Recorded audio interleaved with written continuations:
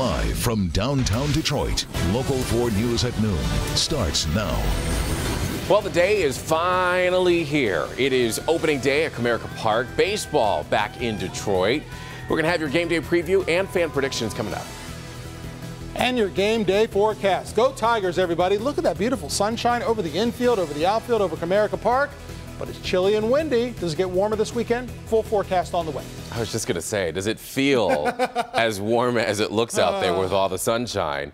Welcome to opening day, everybody. Thanks you for joining us for Local 4 News at noon. I'm Evrod Kasimi. And good morning, everyone. I'm meteorologist Andrew Humphrey. Well, it's the day that baseball fans, and really all of Metro Detroit, has been waiting for. Tigers opening day. We know that they've been playing against the White Sox, and now we're here against the Red Sox in Detroit. Yeah, looking forward to this time another Tigers win. Yeah. We'll look at winning weather only in one category, Evrod. You already know this. We got the sunshine with us, but unfortunately we have the chilly air too.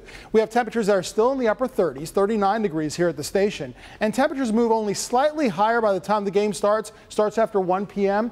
Take your time in making it down to the ballpark. Weather's helping you out. It's dry on the roadways. That's some good news. Watch out for isolated slick spots, but only 47 degrees by 4 p.m. If you're staying downtown for an extended period of time, or of course if you live here, temperatures fall back into the low 40s by 8 p.m. Sure, why not make it a long day? It's the weekend. We've got fair but chilly conditions on tap for tonight as well. With it getting colder, temperatures down to around freezing overnight. But out there right now, look at that beautiful blue sky, fair weather clouds overhead, a lot different from this morning with the gray skies. But 42 degrees, wind is still up there at around 20 miles per hour, making it feel like it's around freezing. And in fact, wind advisory has been extended for Sanilac and St. Clair counties until 4 o'clock this afternoon.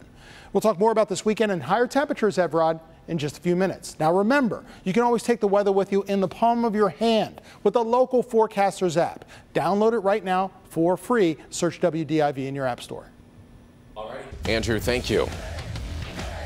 Well, it might be cold out there. Thank goodness the sun is shining, though. But the boys of summer are back here in Detroit. Opening day for Tigers, as we've been telling you, is finally here. And we've got full coverage for you. Our Steve Garagiola is outside of Comerica Park. He's going to be talking with fans. But first, we're going to go to Bernie Smilovitz. He's inside of the stadium to talk about the game ahead that is starting in just over an hour. Bernie.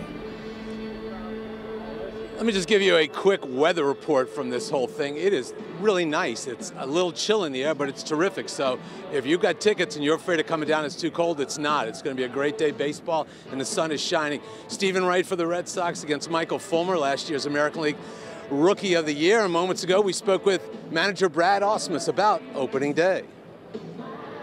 Opening day does not get old. No, it's fun. If you could repeat this atmosphere for 162 games, it would make baseball even more fun. Yeah, but you'd be dead and exhausted by the end of it, wouldn't you? No, it'd be good. It's all adrenaline. You'd be running on adrenaline. It'd be fine. You like what you got this year. You keep saying that. You've said it all through spring. Still in that place in your mind? Yeah, absolutely. We got the same guys we had last year. And people say, well, you have the same guys. How are you going to make up two and a half games? I say, well, we got to stay healthy. That's how we make it up. We don't lose those guys like JD, Nick, Zimmerman, Cameron Maben, who we lost for a chunk of the season, obviously not here this year. So stay healthy. I feel really good about what we have here. How you doing? You feel good mentally? You're ready to go? Everything? Because it's a long grind. I mean, mentally, I would think. Sharp as a tack, Bernie. I'm fine. I know the grind. I've been through it many times. That's for sure. He has been through it many times, beginning his 4th year as manager of the Tigers. So it's the Tigers and Red Sox, first pitch 1:10, and we'll be here live at 5 and 6 with a complete wrap-up on the game. Right now, let's head back to the studio. Evrod, take it away. Oh, Steve, I'm sorry. That's my mistake. Steve Garagiola is standing outside the stadium with the fans. Steve, proper intro. That's okay. Bernie, I'll take it. You're inside. You mentioned a lot of people with tickets. It's also a beautiful day for a lot of people without tickets. A lot of these folks are just going to stay here and watch the game. You know it's a party, and the weather is not too bad, and people are having fun. Opening day is a time for fun, food, friends, and today, mittens. These are the special mittens. These are the good luck charms. And it's also 26 degrees out here today. That's right, but I always wear them even when it's 70 or 80. We did find the opening day hotspot.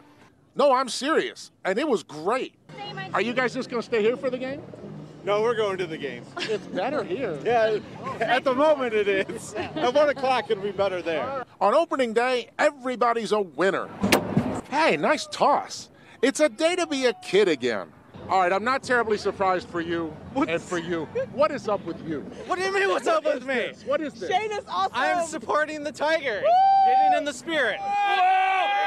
And of course, on opening day, there is an abundance of optimism. World Series bound, baby. We're going all the way. You heard it first here today. Tigers in 17. Yeah, baby.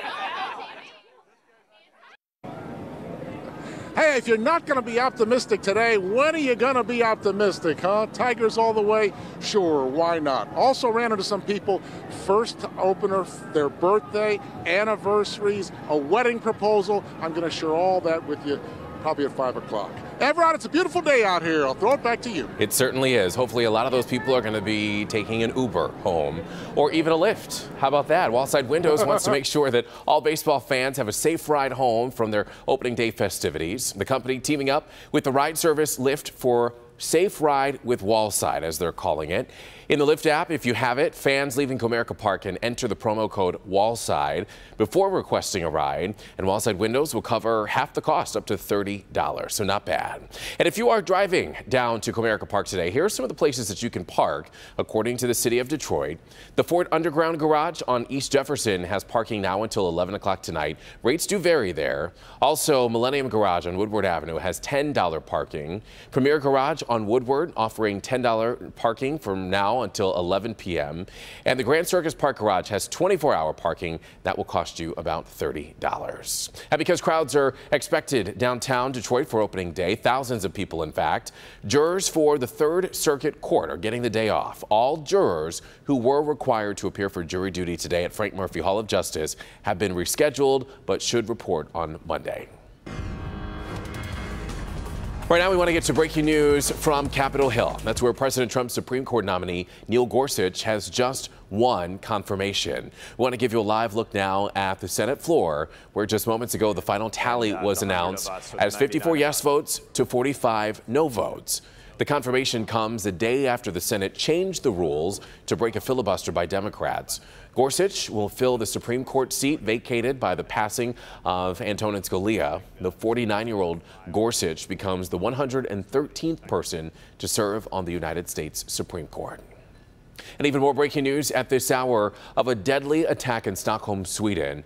And that is where at least 3 people have been killed after a truck plowed right into a group of pedestrians. A number of injuries also being reported in the city. Swedish officials say this attack happened at 3 in the afternoon local time today on one of the busiest streets in Stockholm city center. People were seen running from the area. As you take a close look at some of these photos, we have learned that 1 arrest has been made. Of course, we'll continue to follow this story for you as new details come into our newsroom as well as on clickondetroit.com. President Donald Trump ordered a stiff response to Syria using chemical weapons on its own people with a barrage of missiles. Russia says that the strikes were a violation of international law, while Syrian officials report 9 deaths as a result of U.S. military action. NBC News correspondent Edward Lawrence joins us from Washington. Well, members of Congress say that this sends the message that President Donald Trump will back up his tough talk. Now, one House representative, Barbara Lee from California, tweeted out that this was an act of war. Still, other Republicans and Democrats support this action. The United States launched nearly 6 missiles in retaliation for the chemical attack blamed on Syrian leader Bashar al-Assad. President Donald Trump says Assad's actions, killing women and children with a deadly nerve agent, could not go unpunished. There can be no dispute that Syria used banned chemical weapons, violated its obligations under the Chemical Weapons Convention, and ignored the urging of the UN Security Council. 59 Tomahawk missiles hit an airbase in Syria, where the planes that conducted the chemical attack are based.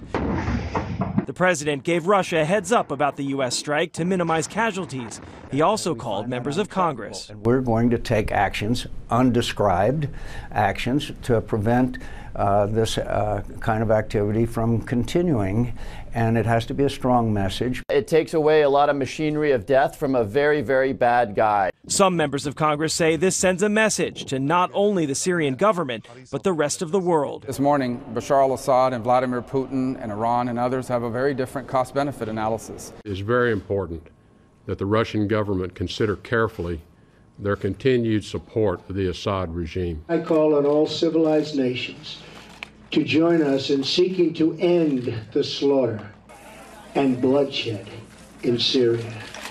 Even though members of Congress supported the response, they say that any escalation beyond missiles or airstrikes needs to go through Congress to engage input from the American people. Edward Lawrence, NBC News, Washington.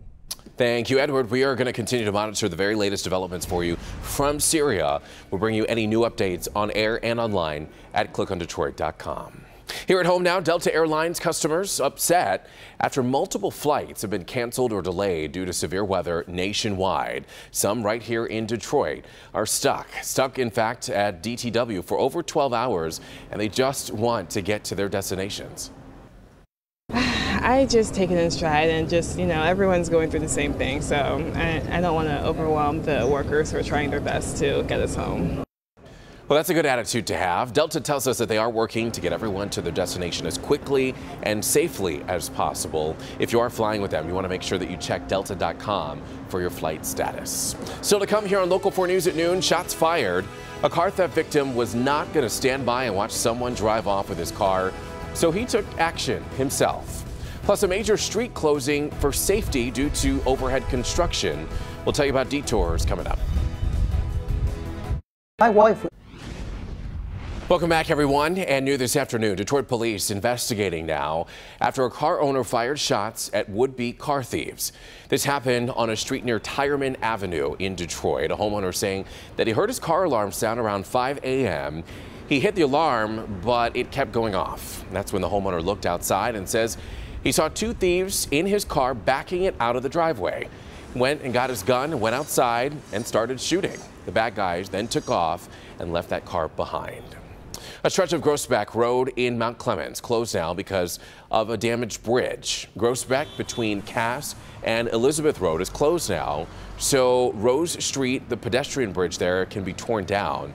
State transportation officials said that the bridge must come down immediately today after it was hit and recently damaged. It now has been deemed unsafe for drivers and pedestrians, so Groesbeck is expected to reopen tonight or sometime early tomorrow.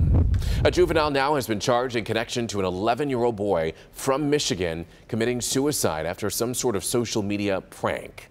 Tyson Benz from Marquette died on Tuesday after being on life support. Investigators learned that the boy was communicating with another juvenile on social media just before the incident. That juvenile was charged with malicious use of telecommunication services and using computers to commit a crime.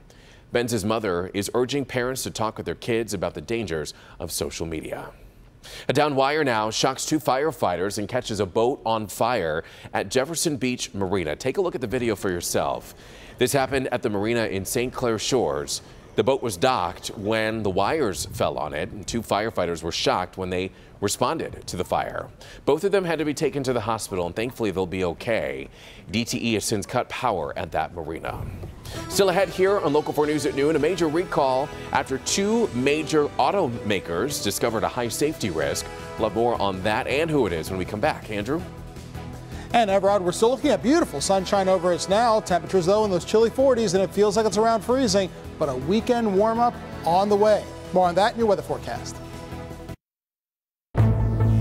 As the Palace says goodbye to the Pistons, one of the Palace guards reminisces about the good, the bad, We got a fight. and the really ugly. He's absolutely out of his mind.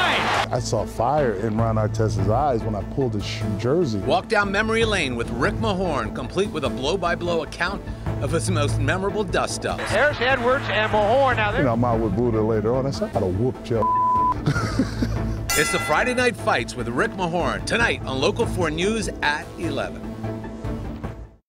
Well, Andrew, it's going to be 70 degrees where I'm watching the game from today. Yeah, indoors like a lot of other folks. Absolutely. Now that is a good idea. Right? Now, speaking of 70, it actually makes it closer to that mark by the end of the weekend. Oh. Yeah, so some good news on the way as we go into Sunday, especially out there right now. We are looking at good news in terms of the skies. Gray skies have gone away. Snow has gone away. Since earlier this morning when you joined us at 4 a.m., we're looking at clearer skies right now. Still mighty chilly out there, but you heard it from Bernie himself. The sunshine looks and feels wonderful. 48 degrees by the end of the game, but still on the windy side, so it will feel like it's in the 30s. Grab those jackets and coats. In fact, windbreakers still needed and precautions still needed here in St. Clair and Sanilac County. Remember this morning we were talking about the wind advisory, supposed to expire at noon here. It's actually been extended now another 4 hours until 4 p.m. So be careful with flying debris, down power lines, or malfunctioning traffic lights in these areas. And we're still at those flood concerns, not only along rivers like in Genesee County, but also along the coastline, the Lake Huron coastline in St. Clair County. But we're still looking at 42 degrees right now. Wind chill right around freezing at 33. Good news is temperatures keep going up over the next few days. Tomorrow, 60, near 70 on both Sunday and Monday before they go down, but not very far. Mainly staying around or above average. A little bit cooler by midweek next week. Any more showers? I'll talk about that in a second. Fortunately, we're done with them for the rest of the day today. But we're not done with the cold weather, folks. We're looking at 37 right now for our friends in Port Huron, while it's 43 over in Monroe. As you can see, winds still up there at around 15 to 25 miles per hour, so it remains windy. And a bit gusty, too. Wind gusts still getting up there around 25 to 30. All these winds that are blowing at around 15 to 25, making it feel like it's around freezing or even lower. Wind chill right now of just 27 over in Pontiac. So the lower than average temperatures stay with us. Those high winds stay with us as well. Even though there's no advisory, still got to take precautions. We're looking at 48 degrees for a high today, but it will feel like it's in the 30s. Temperatures do make it down to around freezing tonight with the winds calming down a bit. Then, Everett, into Saturday and Sunday, there's that good news for you. Getting milder on Saturday, highs near 60. Warmer Sunday, highs near 70. Showers Monday, but a high of 71. Back over to you. All righty, Andrew, thank you. Hyundai and Kia announcing a recall right now. The automaker recalling 1.4 million cars and SUVs in the U.S., Canada, and South Korea, all because the engines can fail and stall, which would increase the risk of a crash. For a list of all of the models that are affected, just go to clickondetroit.com. We've got everything you need to know there. All right, coming up here on Local 4 News at noon, a game of hide and seek during a baseball game. Wait until you see who, or should we say what, went missing in a Cardinals versus Cubs game when we come back. Replay